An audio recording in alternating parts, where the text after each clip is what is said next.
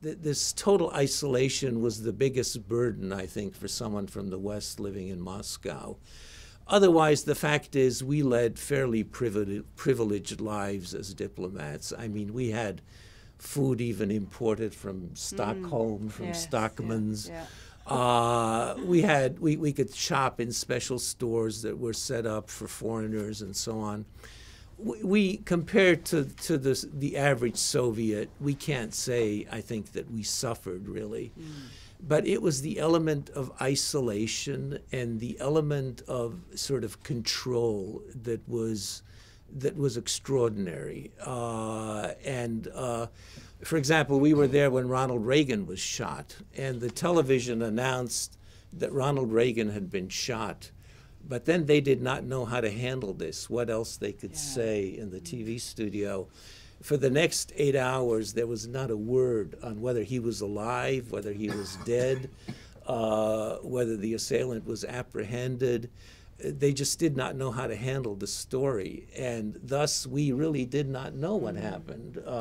We did not know if he was alive or dead for 8 hours, because they just would not carry this. The TV announcers did not know what line to take in presenting this to the people. And this element of control and isolation was really, sometimes people ask me about the inevitable question of the KGB. What were the KGB tactics? Were you harassed and so on? The amazing thing about the KGB was how sophisticated they were, to my mind. It was psychologically a very sophisticated strategy that they had toward diplomats. For example, they wanted to foster the isolation of their own people from foreign diplomats. They did not want diplomats talking to the average Russian whom they might meet when they were traveling or something like that.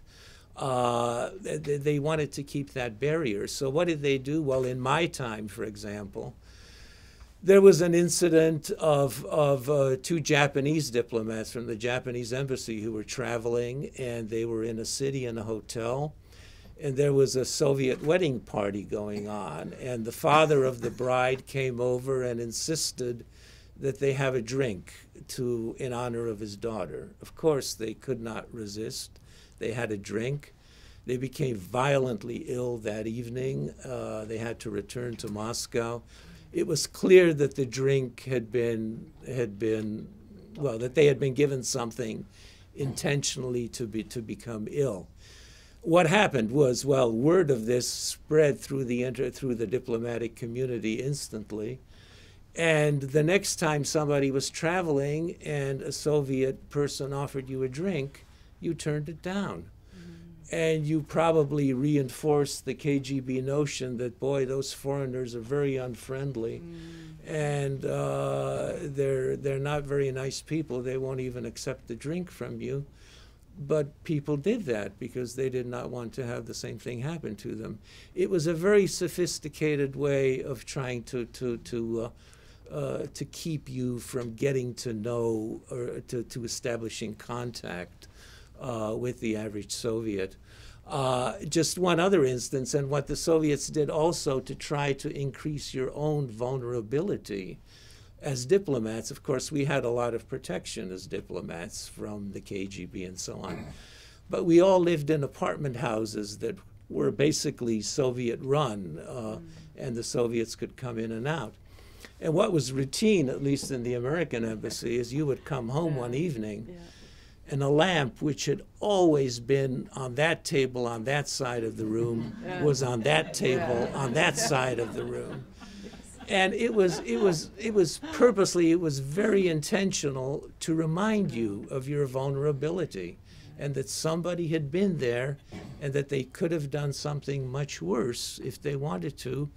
And yet it was at such a level that you could not complain about it. You would not go to the foreign ministry and say, somebody moved a lamp in my apartment from one table to another. It would be absurd to do that.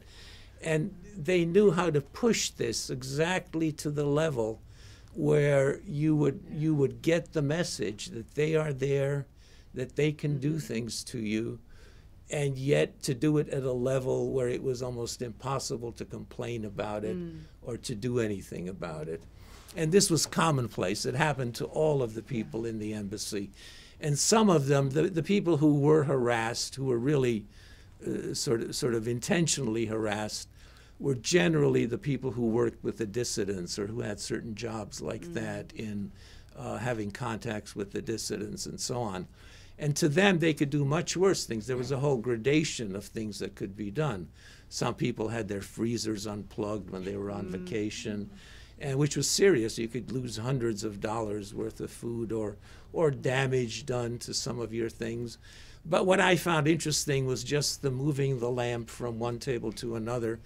And some people were really psychologically affected by this. I mean, by this sense that you did not know, you did not have control over your own living space.